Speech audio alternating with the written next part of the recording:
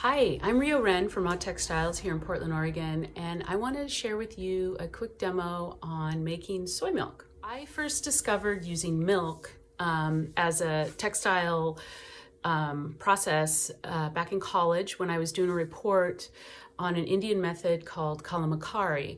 And this method involved using goat's milk and iron and tannin to create temple cloths.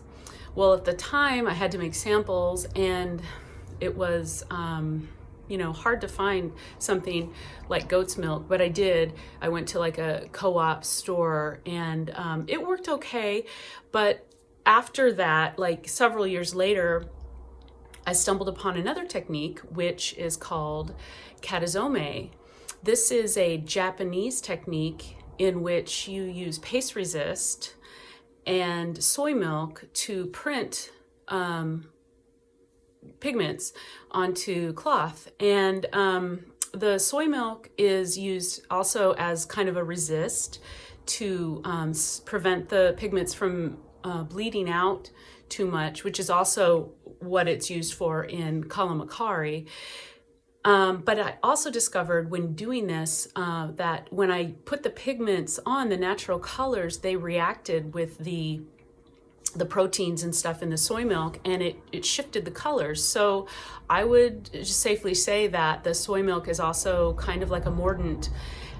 It will change the hand of your fabric. So if you have like a really nice soft silk, it's going to stiffen it a little bit, but it's not, I think it's a wonderful effect. As you will see when we go through this, I hope you can follow along. It's very simple and completely non-toxic. And I hope you have fun experimenting and figuring out what you want to do with it. So the things we're going to need to do this are really simple. It's dry soybean that you can buy bulk at many stores.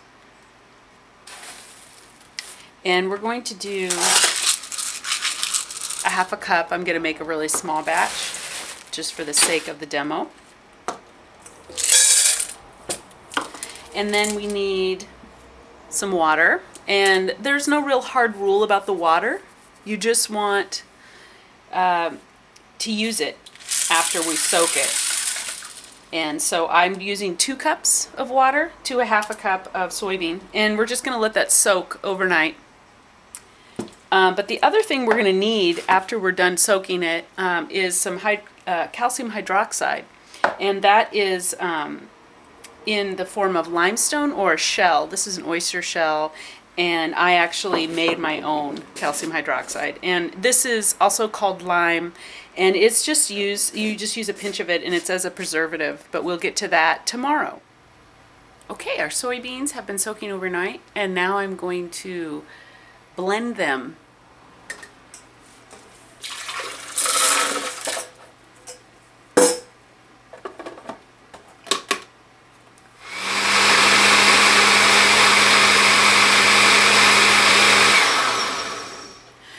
Now at this point, you see that it is nice and frothy, liquidy, and I'm going to add,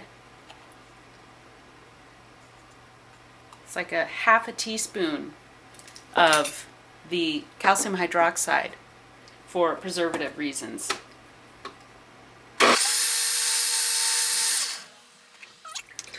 So the next step is going to be to strain the liquid, and what I have here is a linen baggie that I made, and it's a fairly loose weave, but it's not like cheesecloth. I soak it in warm water because I've used it a lot for this purpose, and the soy milk is starchy, and so when this dries after I clean it, it just becomes really starchy, so I soak it in the warm water. Now, to strain our milk, we're going to take the stuff in the blender and just pour it into this little baggie. And then you see that it's already coming out, and you just kind of slowly squeeze it.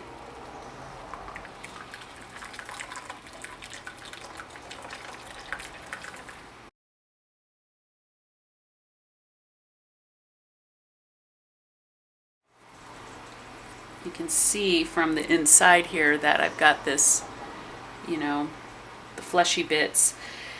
Sometimes what you can do with this, and I like to do this because I'm really conservative, is this is the pure liquid that I've got. It's probably about, you know, a little over a cup, which is what I put in.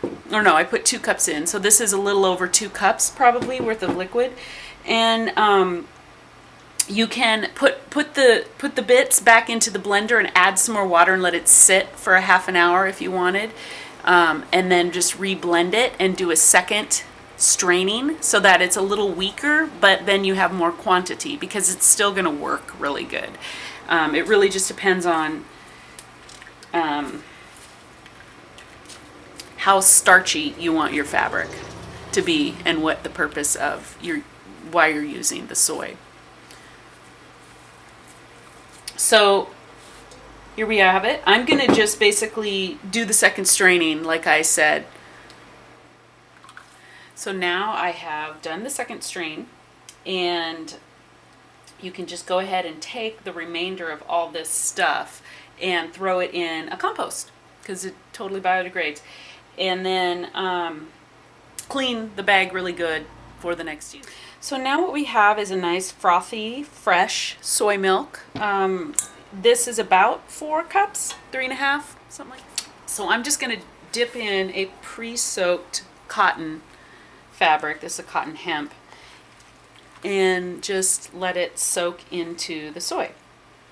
You can do this with, you know, as many fabrics as you want. Obviously, eventually the milk will be taken up by all of it, and you'll be done with it. And the way I go about using the soy milk to prepare the fabrics is soaking them for about half an hour, and then I just squeeze them out really good and let them dry. I do not rinse it in order to keep the sizing on it, which is what you want. The other thing is about the longevity of this. This batch, because we put the lime in it, could last up to a week or 2 in the refrigerator before it starts to sour. Without using the lime, you could still do this whole process without using the calcium hydroxide as the preservative, but it would probably start to sour in a couple days. So you can see that if you can't do it right away, you've got all this extra juice and you want to do more projects, but you're not sure exactly what, you might need a week or so to process. You have that time with the preservative. These are some samples that were dipped in soy milk and then dyed with natural dyes and various processes. These are pieces that are in a collection from 2016.